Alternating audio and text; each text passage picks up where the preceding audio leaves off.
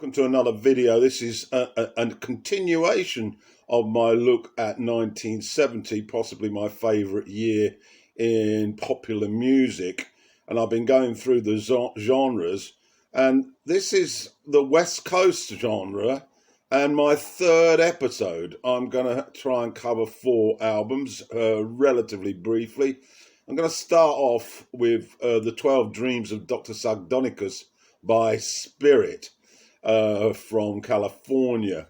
A brief history first. They were formed in 1967 and evolved from the Los Angeles band The Red Roosters, including Randy California, but at that moment in time he was called Randy Wolf.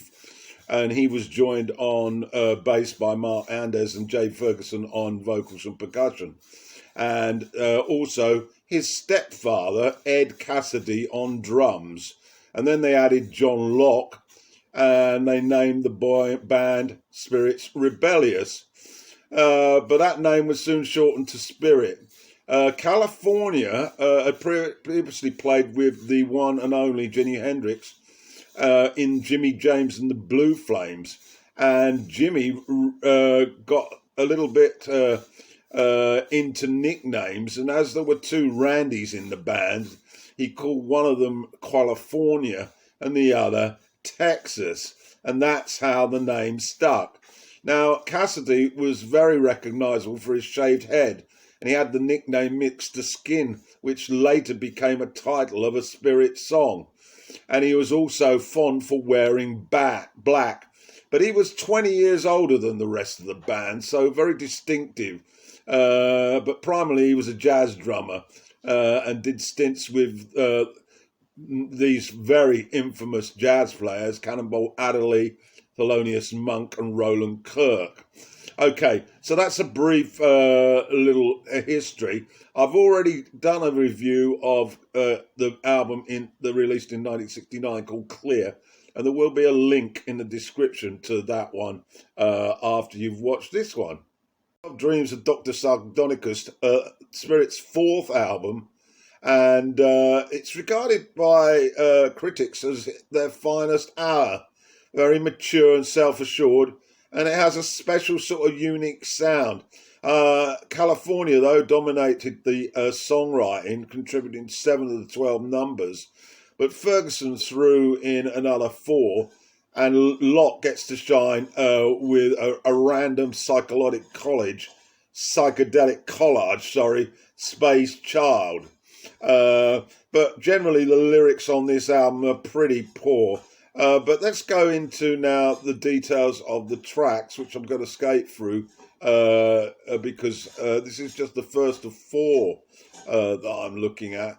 Opens up with Prelude, Nothing to Hide, a nice acoustic folk intro before the band launch into the typical rock beat, bass and drums in tandem. Pretty harmonies before the fuzz slide by California takes over.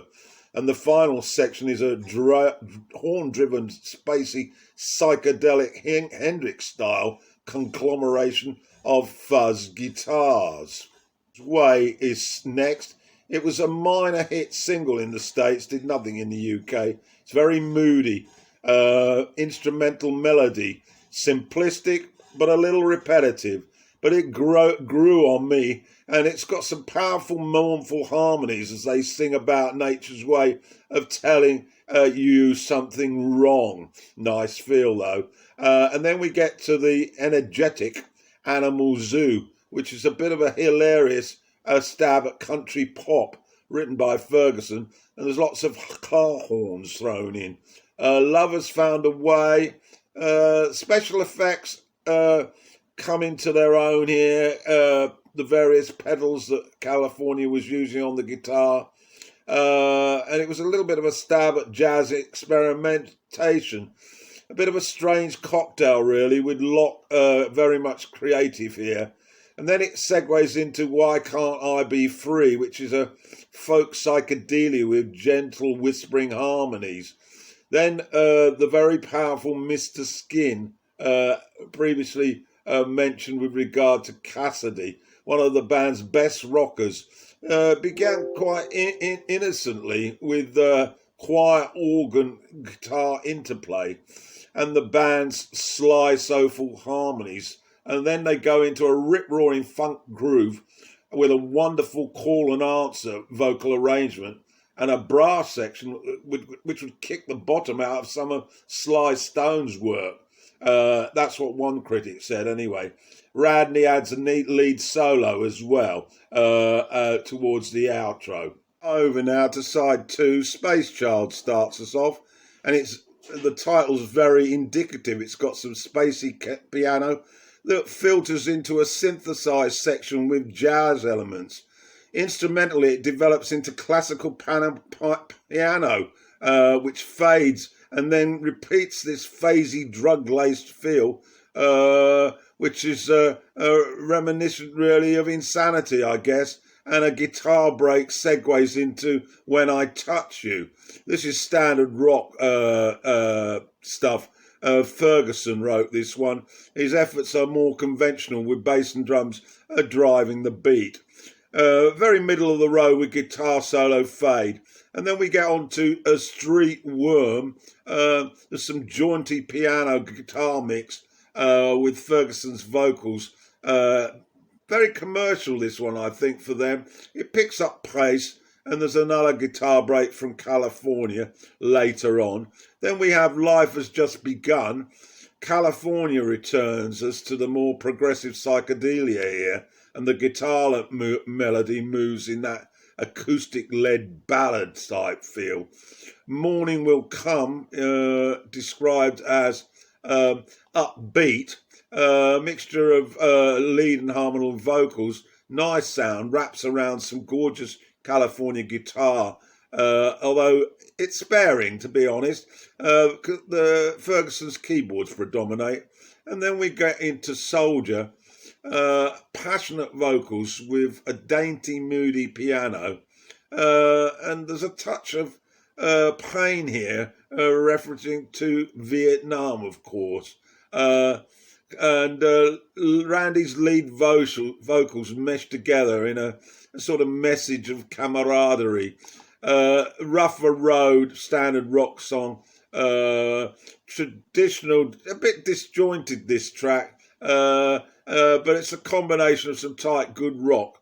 And that's about it, really. I think this album is a very, very strong album, but a little bit overrated, I would say, although I love listening to it from time to time.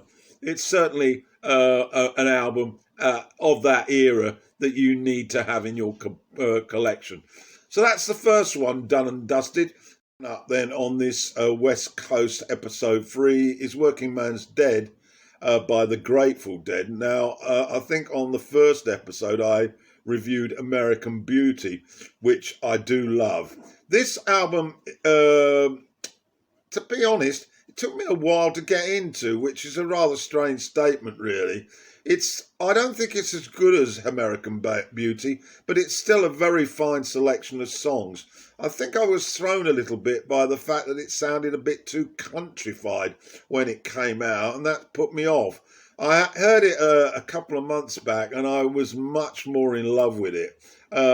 It's sandwiched very much between country and roots rock, and tells stories in slow to mid-tempo acoustic guitar with occasional electric soloing thrown in from Garcia. Very emotionally filled are the songs, as indicative of the singing. And they get a little bit boring at times, but it's compelling and has some true melodic excellence. And we're going to go through the tracks now very briefly. Band opens up. It's an up-tempo country roots, and it's a nice little starter, really. High time, slow country folk, bordering on country and western. This one, Dire Wolf is next, and I like Garcia's slide guitar playing here. It's very catchy and uplifting. It's about murder, this song, but it makes a beautiful contrast to the other two. New Speedway Boogie is track 4. This has a 60s feel to it. Very Southern blues boogie, I thought. And then Cumberland Blues which is a sort of Bo Diddley eat your heart out. Garcia twiddles with the lead guitar runs here. And then we have Black Peter, a very slow country folk song. Think of hot sun, grass, both kinds, and a dusty road in a cowboy town, and you've just about captured the mood. Nice harmonica. And then we have Easy Wind. More of that R&B feel with blues intertwined via harmonical. Some tribal drumming on it as well. And then the last one, Casey Jones, a great driving country rhythm track, which I do like. So those are very, very brief notes on Working Man's Dead. Of course, 2 albums released in 70 by the Grateful Dead. They're both pretty hot, and I suggest you get to listen to it. So that's my second one reviewed, Working Man's Dead by the Grateful Dead. Is Just for Life by the Quicksilver Messenger Service. It was their 4th offering. It's a bit of a transition, really, from the extended blues and jazz-inspired improvisations of their first 2 albums to a more traditional rock sound. Founding member Dina Valenti returned to the band after a stint in prison on drug charges. He was largely responsible for the new sound, and the cover shows the players are depicted with exotic instruments of unknown origin in a lush setting. It's very psychedelic. So we had the Make Up the Band, There Is a Slide, Dina Valenti, guitar, lead vocals, flute, Gary Duncan on guitar and backing vocals and bass, John Cipollina on steel slide and electric guitars, David Freiberg on bass and backing vocals, Greg Elmore on drums and percussion, and one Nicky Hopkins on piano. So let's go through the tracks now very briefly. Intro on percussion called Wolf Run, which leads into Just for Love Part 1. Piano drives an echo vocal that's dark and somehow mysteriously psychedelic. Then Cobra chips in. The guitar sounds a little bit off key here, but maybe that's due to poor production. This was a critical point about this album. Production not up to scratch. Kipling has a rather rambling style. It has a sort of native Indian feel to it, and it's more of a jam, really, of ideas. 4th track's called The Hat. Again, the production's pretty crude, and it's country. Sorry, it's 11 minutes, not 8. It's a country soft blues, really, with a touch of psychedelic. Pretty uninspiring, I found. Flip it over, then we're on to side B now, and Freeway Flyer. More professional quality on the production. But it's still pretty dreadful, I thought. Gone Again is the 2nd track, and here the guitars of Cipollina and Duncan blend softly with Hopkins' piano to create a beautiful mood that fits perfectly with Dina Valenti's voice. Very much a highlight of this album. Then we move to Fresh Air, singing in abundance on this gentle rock beat that's hardly earth-shattering. Twangy Santana-ish guitar breaks and a good piano work on this by Hopkins. It's a strong effort and was a minor hit for the band. And then we finish with Just for Love Part 2 and Wolf Run Part 2. Which totally forgettable, it has to be said. So I thought it was a pretty weak offering, this. I've also got Happy Trails, which is largely a live record, which is far better. Production much better as well. This one, it ain't going to get on my player that often, even if I had a player. So that's the 3rd offering by the Quicksilver Messenger Service, Just for Love. Last offering then, Rides Again by the James Gang. This band were formed in Cleveland, Ohio in 1966, released their first album called Your Album in 1969. At that stage, they were a bit of a power trio consisting of Joel Walsh on guitars and lead vocals, Tom Chris on bass, and Jim Fox on drums. But later, Dale Peters replaced Chris for the second and the third album. And this is that. Two of the band's songs, Funk 49 and Walk Away, are popular classics on American radio stations. I'm not that familiar with either of them. And in late 71, Walsh left to pursue a solo career. So anyway, this album featuring Dale Peters is in fact second. I may be wrong about that. Check that anyway.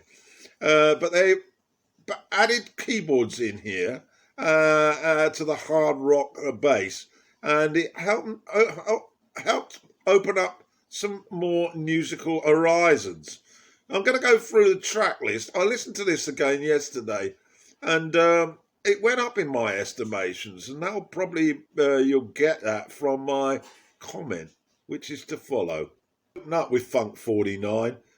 A great guitar intro here, typifies the title really, before Walsh's vocals hit the high spots. There's a heavy bass groove with lots of African-style percussion. Ashton Park, an instrumental guitar clinic, follows before we get on to Woman, which is very rocky. Joe dominates on vocals and guitar. There's an extravagant funky beat on this. And then there's a medley called The Bomber, which incorporates three tracks segued together. First is Closet Queen, which is classic heavy rock. Then Bolero, much more improvised, psychedelic rock, with some spacey echo runs on guitar, before returning to the more punchy Cast Your Fate to the Wind. And it's got some real crunchy, heavy chords, but I liked it. And then we get Tend My Garden, 5.5 minutes. Takes a bit of getting into this one. It's keyboards driven, really. More restrained rock beat. The keyboards dominating, and then it starts to get expansive later on. But I saw many elements of this with the first Joe Walsh solo album that I own called Barnstorm, which I actually think is awesome. So we can see how this guy progressed musically. A Garden Gate follows. Acoustic solo blues here with Joe on vocals. Nothing much to write home about. There I Go Away follows. A nice soft melody here and some pedal steel guitar lurking back in the mix before his lead guitar thrusts centre stage. Then we've got Thanks, which is a strange sort of track, really. It sounds more like a demo. Nice ideas, though. And then Ashes, The Rain and I. String arrangements filter in here, almost to the point where they swallow up the soft rock ballad. It's a bit overindulgent, but it's a suggestion as to Walsh's development and his experimentation, which later came to blossom on Barnstorm. So overall, this is a pretty impressive set of tracks.